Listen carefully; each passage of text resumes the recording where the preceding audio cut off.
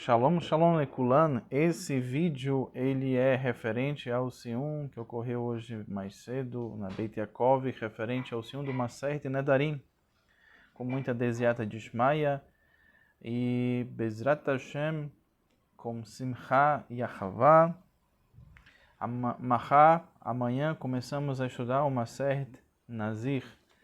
E referente ao Maseret Nedarim, como consta e traz o Rabino Davi Yosef, que é filho do Maran Yitzhak Yosef Sadik Zichron Livracha, ele fala que a gente tem que trazer nas palavras de Torá aquilo que a gente está estudando no exato momento. Então estamos também na Parashá Bo, aonde traz que Vayome Hashem El Moshe, ou seja, Bo, Kadosh Baruch Hu chama Moshe Rabbeinu. E hoje também é a Hilula, ou seja, o Yortzeit do grande Zusha de Anipoli. Com certeza você já deve ter escutado um pouquinho a falar de um desses grandes mestres da Hassidut, um grande Baal Chesed, um homem de um coração muito grande, que traz histórias belíssimas. Entre os grandes feitos, ele deu uma carta de recomendação Mashkamá para o próprio Likutei Amaritânia. Ele foi contemporâneo do Admor Hazaken, o primeiro Rebbe Chabad. Então, em referente ao Sium do Maseret Nedarim, vamos começar em relação à página Tzamer Aleph, Amud Beit. Ou seja, vamos começar a falar da página 90, o Bet, né? Que é o Bet. Então, nós temos aqui, como consta na Mishnah, nós temos 3 casos referentes a 3 mulheres e onde se recebe o get, a ketubá, e como se pode, como não se pode, como isso acontece. 3 casos referentes às 3 mulheres. Bom, na verdade a gente tem 4 casos, aonde 4 casos referentes às mulheres. 2 casos são próximos um do outro, muito parecidos. Os 2 demais, os 2 posteriores, são muito diferentes da lógica, né? E essa lógica, ela tem uma correspondência para quem está se preparando para ser um Dayan, o Rabino que vai estudar as Alahot de Dayanut, Even Haezer e os julgamentos, ele tem que usar da parte lógica e tem que entender, entre outros pormenores, como traz o próprio Maseret Sotá, o que qualifica, o que não qualifica as palavras de uma mulher, como também traz o Maseret Makot, que a gente tem que, logo no início das primeiras páginas, que a gente tem que ter consciência sobre Edim, por exemplo, num julgamento, se tiver 2 Edim a favor, 2 contra, e a palavra de uma mulher, não se pode ter julgamento nesse caso, porque não se tem, tá alguma coisa errada. A maioria, sim, aí então se pode constar, e também tem que se ver a relevância do que a mulher traz nesse sentido. Edim e provas substanciais. Tanto isso é verdade que no próprio Maseret Sotá, Ribono Shalom permite se apagar o Shem Hashem para fazer Shalom Bayit. Então, logo consta na Mishnah em relação à mulher Lo Aleinu, que ela é violentada, ela fica proibida para o Kohen. Ela não teve culpa, foi um ones, né? Lo Aleinu, se aconteceu alguma coisa, mas ela não pode continuar com o Kohen. Um outro dado é se a mulher também ela reclama em relação ao marido, ela quer se separar do marido porque ela fala que o marido não apresenta Koa no zero, ela tem problema de fertilidade. Então, o próprio Uram traz que esse problema dela de pensar nisso é porque ela pode querer envelhecer e os filhos para cuidarem, ajudarem na velhice, e ela sem filhos, como é que ela vai ficar nesse sentido? Ainda assim, e temos também a Netulá, que ela é proibida de aproveitar de Tashmish, né? Ou seja, com todo o Am Israel, inclusive do marido. E então, isso é um exemplo, por exemplo, quando ela está casada ainda, ela fala assim que ela faz um neder para si, que ela se isenta de estar em contato com o marido e com qualquer Bene Israel. Ué, mas ela está casada, ela não pode fazer um neder desse. Então, o marido pode fazer uma tará, ele pode desfazer, né, fazer uma anulação da promessa da mulher enquanto está casado. Agora, é óbvio, se a mulher for solteira ou se a mulher já tiver divorciado, o marido não pode fazer uma tará nesse caso. Então, lo além, se a mulher do Cohen ela foi violentada, é um ones, se for para um Israel, ele continua casada porque ela não quis trair o marido, mas ela teve umas circunstâncias onde ela ocorreu isso. É um ones. Mas no caso do Cohen, ela fica proibida e deve receber a ketubá junto com o get, nesse sentido. Em relação, nós temos uma hazaká, ou seja, nós temos uma precisão e nós temos uma ideia de que a mulher, ela não mentiria ou inventaria histórias na frente do marido. Assim traz essa primeira prova da Mishnah, tanto que é o que ocorre na parte íntima. Entretanto, não se acredita que é o que a mulher fala quando que ela quer divorciar, porque isso aconteceu, porque sempre temos que dar o benefício da dúvida. Então, se ela fala, ela só se deve divorciar nesse caso de um ones, se é um caso, lo além, teve um tashmish, que ela foi forçada, e se é Cohen realmente tem que divorciar e dar get. Agora, já indo para o Siman Tzad Aleph, tanto Amud Aleph como Amud Bet, ou seja, página 91, a folha A e a folha B, nós temos 4 Sipurei, 4 histórias vinculadas à mulher. No primeiro caso, traz que a mulher, sempre que ela tinha um contato matrimonial com o esposo, no outro dia ela trazia a caneca de Netilá para ele fazer Netilat Yadayim. Consta na Lahá que, além de quando a gente acordar, a gente tem que fazer Netilat Yadayim, a gente também tem que fazer Netilat Yadayim quando tem o ato marital. Após o ato, como também antes. Isso é importante. E também para os Hassidim, assim como é importante também o marido fazer mikveh.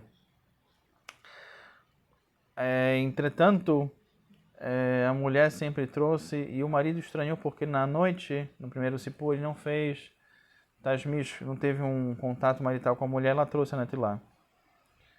Então, pode ser que seja um ones, ela pode ter se confundido até lo além, se ela tiver se confundindo, não mexoguei, que não foi de propósito, para, mais uma vez, para Israel, ela continua casada, para Cohen tem que dar o get ketubá, tem que se divorciar nesse sentido. Bom, entretanto, você tem que tomar um cuidado com a chamada aramá, que é a armação. Quando a mulher ela tenta se separar do marido, então não se pode só acreditar na palavra sem provas substanciais ou sem edim, né? Se a mulher sempre leva a Netilá para o marido, no outro dia, quando ela acorda, a mulher leva a Netilá e não rezar o Tashmish, ainda assim não precisa se separar, porque pode ser um ônus, a mulher só está tentando forçar uma situação para se separar do marido. Segundo Sipur, a mulher reclama que ela, no Dere Eretz, é uma linguagem que a Gemara traz, além de ética também, no sentido que de Tashmish, ou seja, no contato marital, a mulher reclama que o marido fez ela sentir muita dor, e o marido não fez nada com ela. Da mesma forma, no primeiro caso, honest, né? Até que ela pode falar que passou uns vendedores goim e ela se confundiu, estava escuro.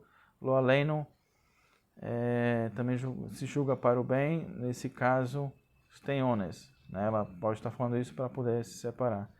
Diferente que se o marido encontra prova substancial, se ele vê ela, lo aleno, em contato com Inhud, ou seja, contato com Goi, o próximo do Goi, ou ela está na casa junto com o Goi sozinha, ou aí nesse caso realmente tem que se separar, porque ela não está querendo só fazer uma armação, ela realmente fez algo. Bom,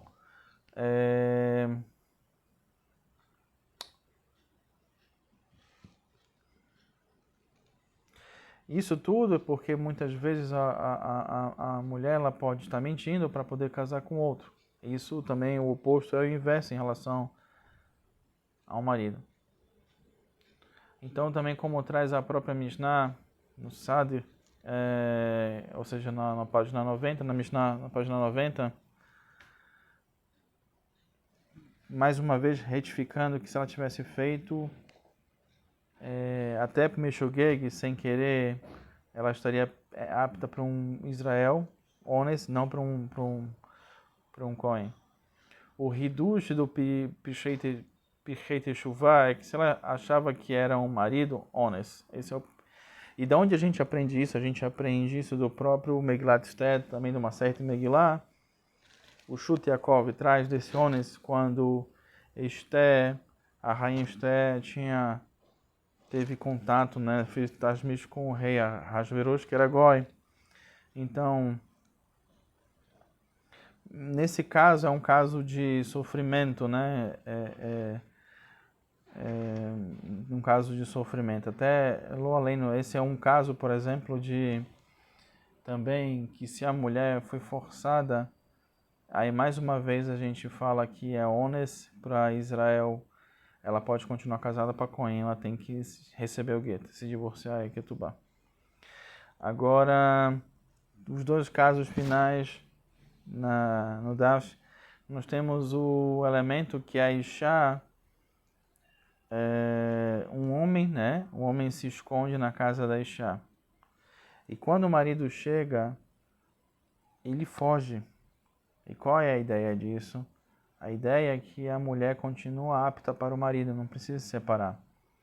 Porque mesmo que tenha um homem que teve a intenção, não teve o ato, mas ele fugiu. A lógica é, como Even Minaezer, que se eles tivessem feito algo, ele continua escondido até o marido ir embora. Então essa mulher continua apta para o marido. A Maravá, o Ravá traz que a esposa ela é muteret para o marido. A lógica é se ela tivesse algo proibido, como ele continuaria escondido, como vimos anteriormente. E no último caso, né, em relação à regra alahá, um noef, né, uma pessoa que faz bederer klau zenut, uma pessoa que tem má índole, ele entra na casa de uma mulher. E só para finalizar o caso anterior, sempre para uma mulher ser considerada culpada e para dar realmente o guete, saber que se teve um problema em relação à traição, você tem que ter edim, a mulher tem que sofrer uma advertência. Então isso pode ocorrer o guete, né? Bom, no quinto caso, uma pessoa de má índole entra na casa de uma mulher, ele está mal intencionado, ele se esconde atrás da cortina, entra o marido. A Guemará não traz se ele conhecia ou não a mulher, se eles já se conheciam ou se eles tinham a kavaná de intenção de fazer algo, mas a Guemará fala que o marido tinha na sua frente algo que seria entre peirota e verduras, entre frutas e verduras. Ele não percebeu que tinha uma cobra. Muitas cobras têm veneno, então a cobra passou pelas frutas e verduras. Pode ser que ela tenha depositado veneno, existe uma razaká que ela pode ter depositado veneno, e ela saiu.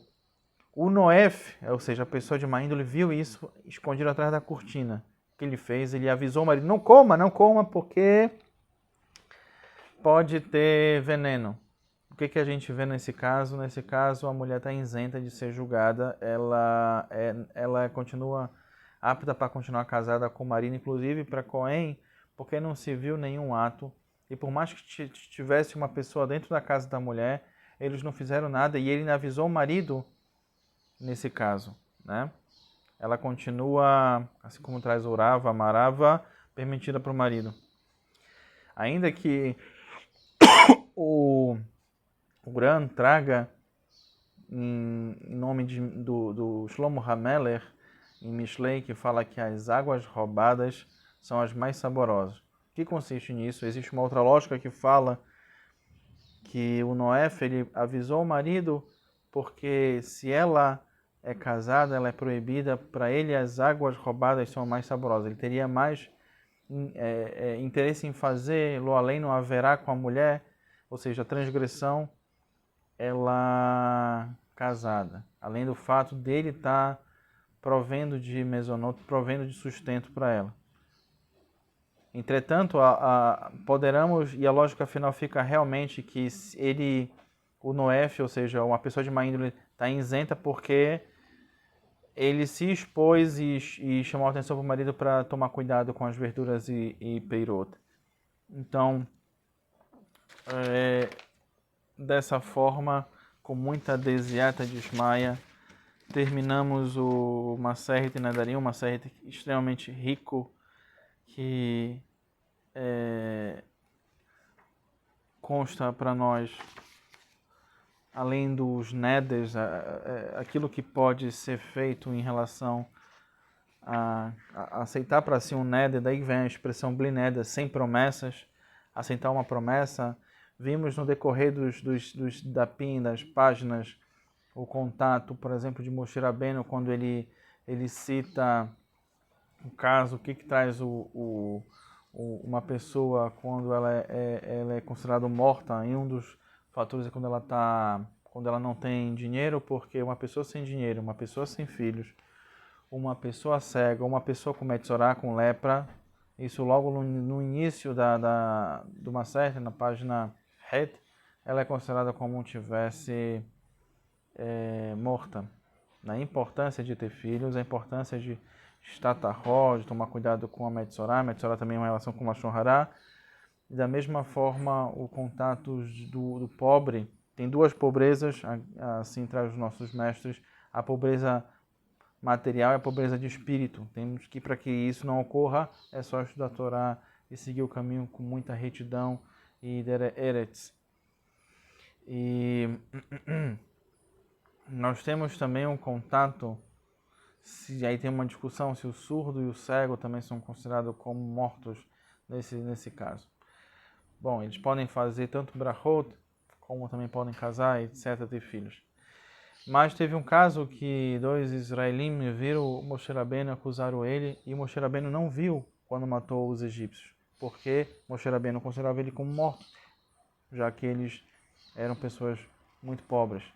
E daí vem o Hidush, que eram tanto pobres materialmente como de espírito. Um outro dado interessante, na página 40, né, Daf Men Amud Aleph, tem uma correlação com a página Lamed Aleph Amud Aleph Gam Amud Beit do Megillah, ou seja, a página 40 no Nedarim tem uma correspondência com a página 31, tanto Amud Aleph como Beit, como consta na história de Rehovam ben Shlomo, o filho de Shlomo HaMelech, que foi escutar os mais jovens ao invés dos mais velhos e acabou por criar um problema em todo o Israel. Da importância sempre de escutar os mais velhos, que até quando os mais velhos falam de alguma coisa relacionada à destruição, na verdade é construção, e quando os jovens falam em relação à construção, na verdade é destruição. Por isso é importante escutar os mais velhos. Isso também é Kibud Abaim. Hadran Allah Maseret Nedarim, Hadran Allah Maseret Nedarim, Slika Madran Allah Maseret Nedarim.